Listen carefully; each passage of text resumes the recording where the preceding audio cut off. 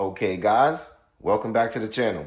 Today we're going to be building an emergency home backup solar generator out of the 4 batteries you see in front of you, out of this 5,000 watt power inverter, out of those 8 cables, and out of that dryer cable.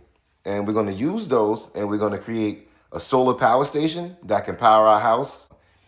It's not recommended to use this to power a dryer or anything that pulls more than 3,000 watts consistently, because you don't want to overheat your system and create dangers. But I say anything 3,000 watts or less is a pretty safe range. So let's get started. So step 1, we want to connect our batteries in parallel. First, let's get these batteries all together.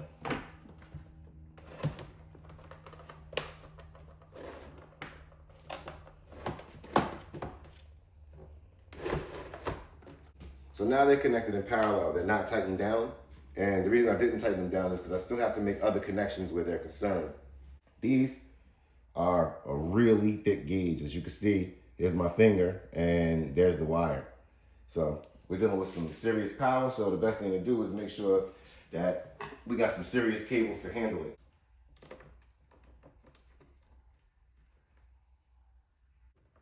We're going to tighten this down a little bit too, but not all the way.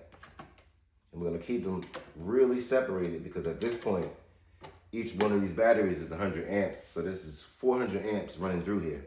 And you really don't want to mess around and not have these things tightened. So while we're here, let's tighten the rest of the bolts.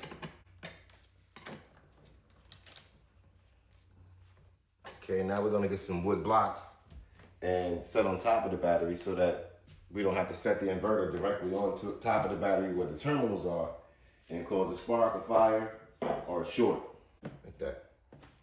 Okay, let's get our wooden board to put on top. And then our inverter. Okay. That's pretty perfect right there. All right, let's pull it down a little bit so we got some space to work. There are 2 outputs here.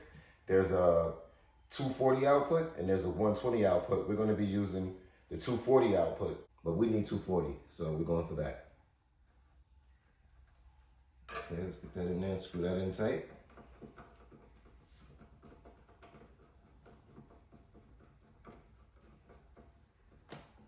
That's line 1. And that's nice and snug. Now we have our neutral, which is going to go to this side of the jumper.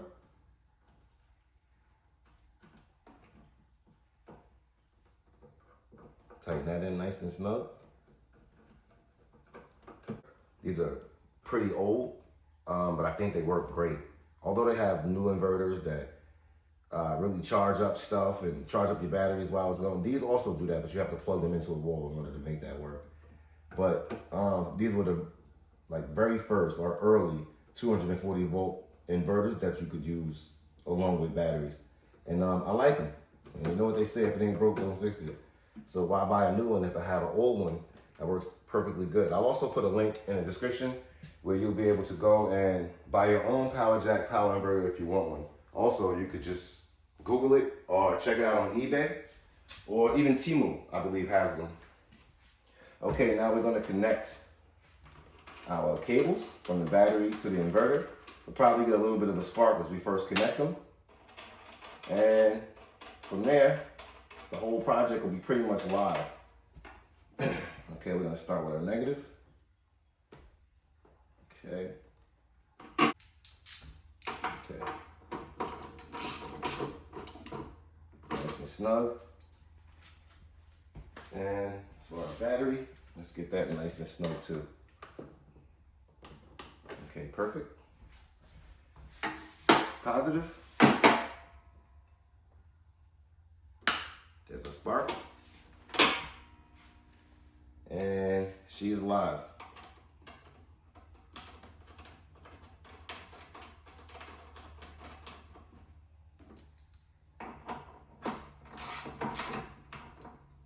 Nice and tight.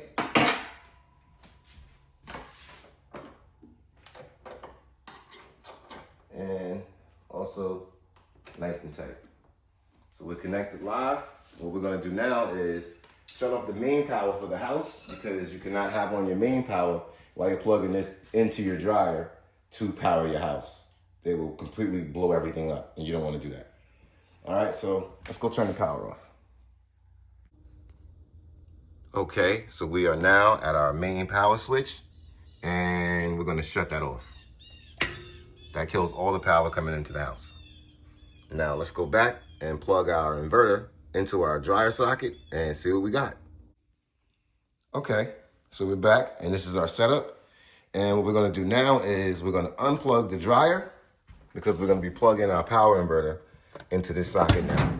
So we're gonna unplug that. We got no power going on in the house whatsoever now.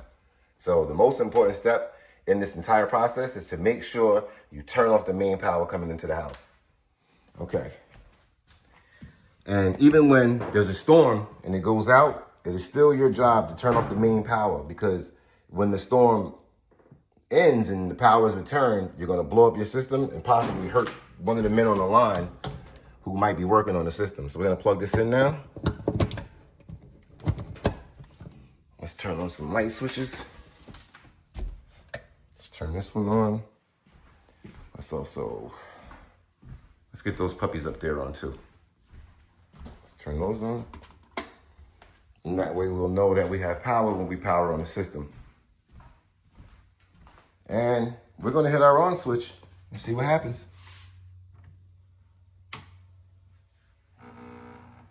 Hey, we seem to be pretty good now.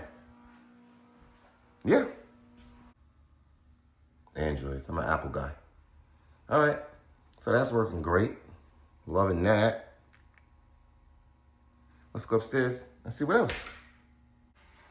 Okay, so this is our brand new, never used before Keurig. I think it pulls about 1,500 watts and makes a pretty good cup of coffee from everything I heard. So let's make a cup of coffee.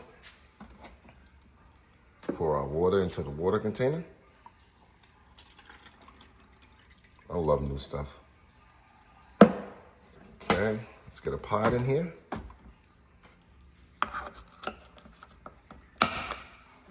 Close it down and let our process begin. Okay, I like.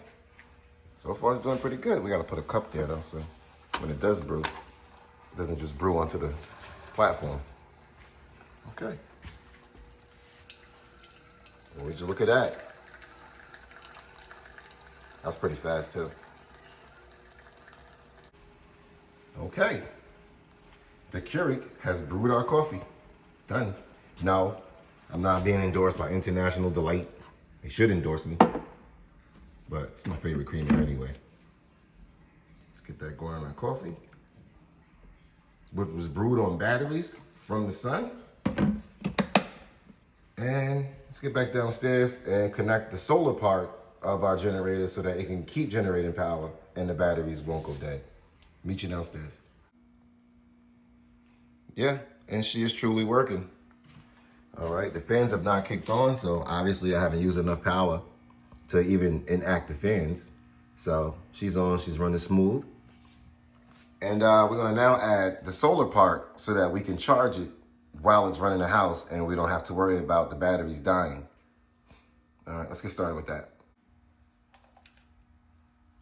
All right, here's our solar charger we're gonna be using.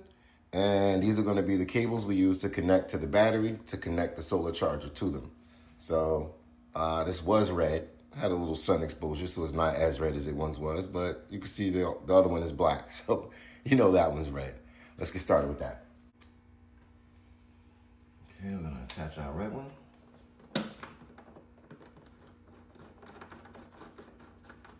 Okay. And we're gonna do the same for our black one.